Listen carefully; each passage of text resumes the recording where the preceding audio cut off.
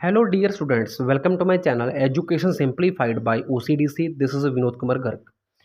सो जैसे आप जानते हैं कि DRME and Baba Farid University of Health Science की तरफ से हाल ही में बहुत सारी पोस्ट अनाउंस की गई हैं।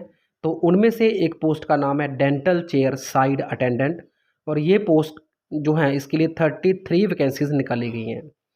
तो इस वीडियो में आपको मैं बताने जा रहा हूँ कि डेंटल चेयर साइड अटेंडेंट का क्या जॉब रोल होता है और कैसे क्वेश्चन इसमें आने की प्रोबेबिलिटी है।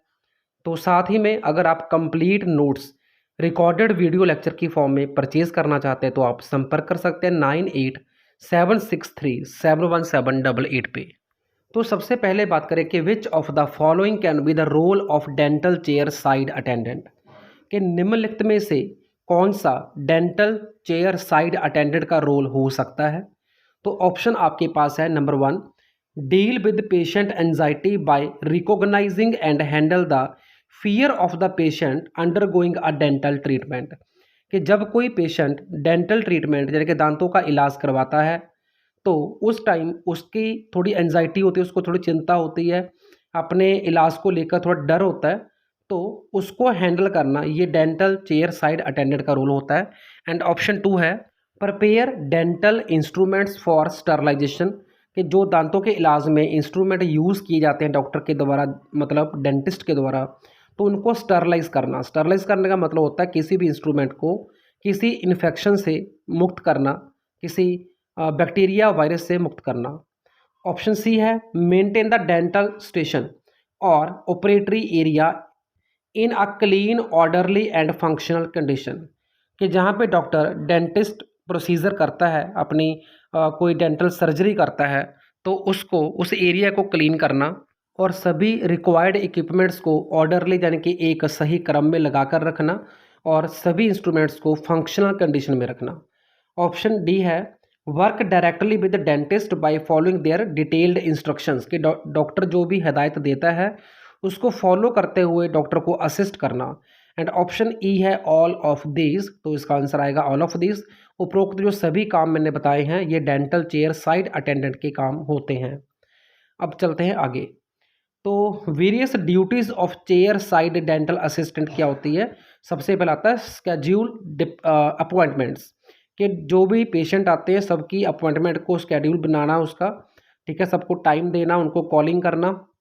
And keep the record of patients dental work, जो पेशेंट आते हैं उनकी 2 3 4 विजिट्स होती है डेंटिस्ट के पास यूजुअली, तो हर विजिट का रिकॉर्ड मेंटेन करना, ठीक है। नेक्स्ट विजिट के लिए डॉक्टर को बताना और पेशेंट को भी कॉलिंग करके बताना कि आपकी नेक्स्ट अपॉइंटमेंट कब है।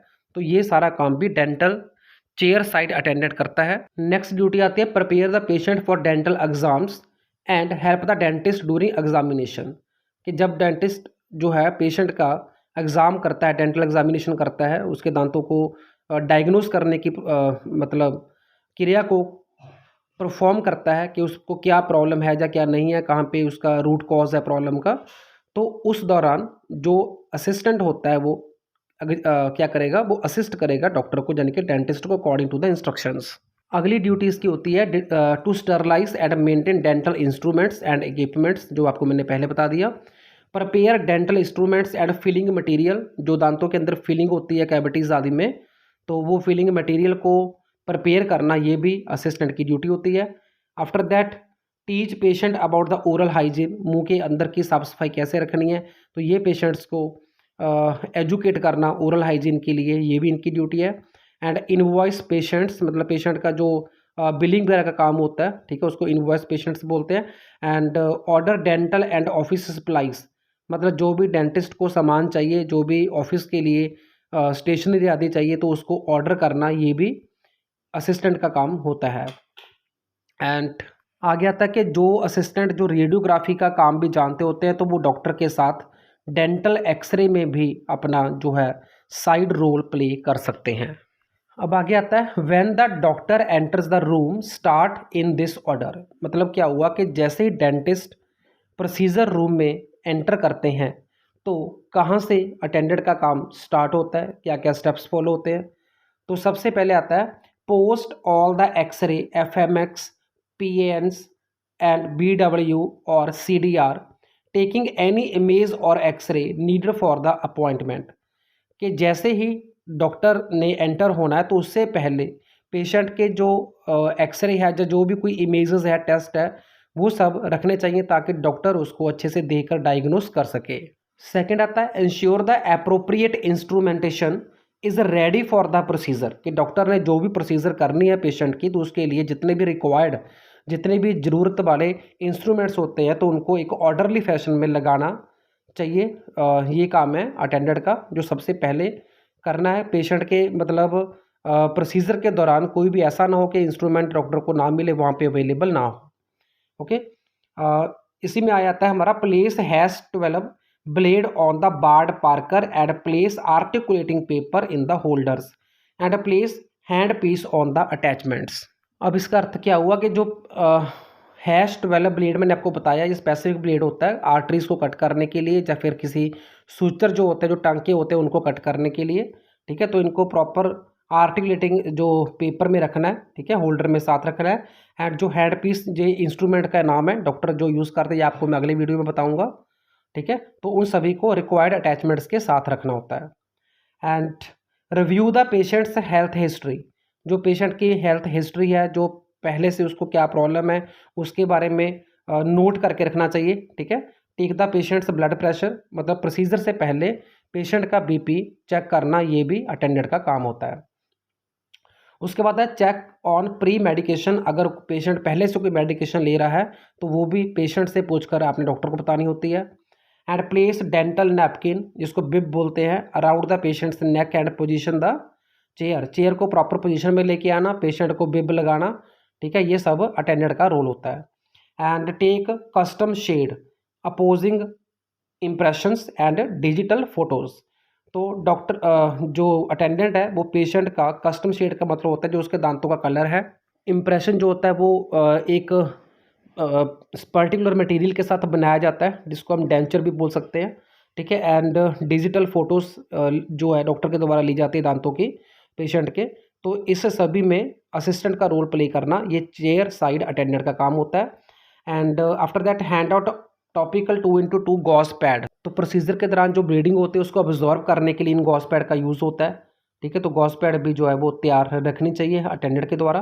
Prepare the hand syringe with warm anaesthetic, तो सिरिंज के अंदर ऑलरेडी एनास्थेटिक डाल के प्रोसीजर के लिए रेडी रखना, ये भी अटेंडेंट का काम होता है। अब यहाँ पे आपको पता होना चाहिए कि एनास्थेटिक क्या होता है। एनास्थेटिक एक ऐसी ड्रग होती है जो उस पर्टिकुलर एरिया को अनकॉन्शियस यानी कि सुन्न कर देती है ताकि उसके ऊपर किसी नर्व का जो इफेक्ट ना रहे और उसको पेन ना हो पेशेंट को ड्यूरिंग द प्रोसीजर।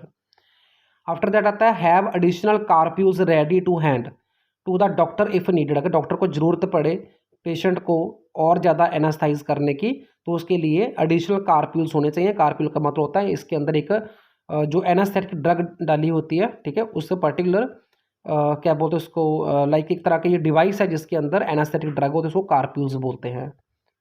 अब होता क्या है कि कई बार पहले से एनास्थेटिक जो ड्रग दी जाती है उसके बाद भी ड्यूरिंग द प्रोसीजर पेशेंट को पेन होना स्टार्ट हो जाता है, तो उस कंडीशन में और ज़्यादा एनास्थेटिक की जरूरत पड़ सकती है, तो इसीलिए एडिशनल कार्प्यूल रेडी रखने चाहिए।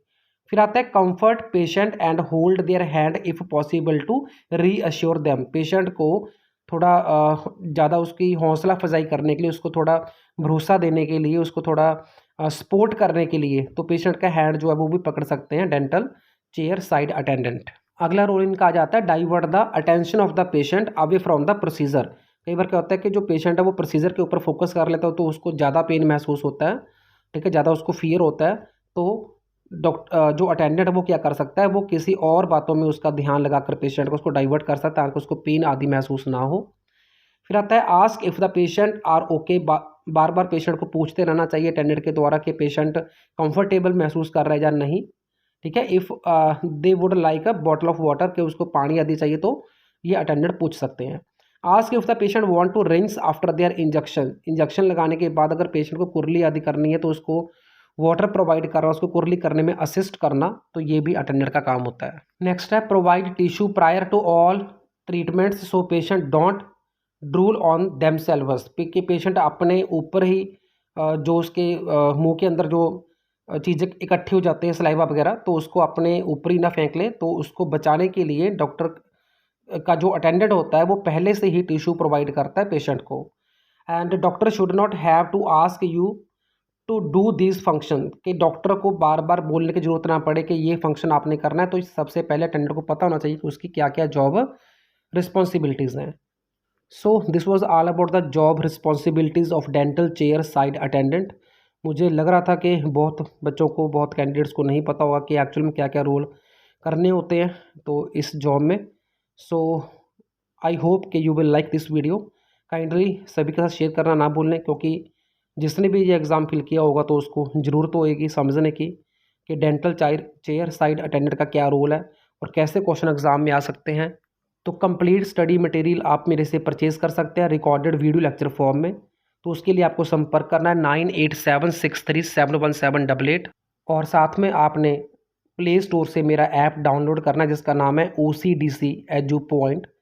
तो उसके लिए आप मुझे व्हाट्सएप पे मैसेज कर सकते हैं अगर आपको लिंक चाहिए ऐप का और वीडियो कोर्स का। So thank you, thanks for watching. कोई भी सपना साकार करने के लिए सबसे जरूरी है सही कोच का होना। चुनिए OCDC एडू पॉइंट को और करें अपने medical and government job exams का सपना साकार। Download the app now.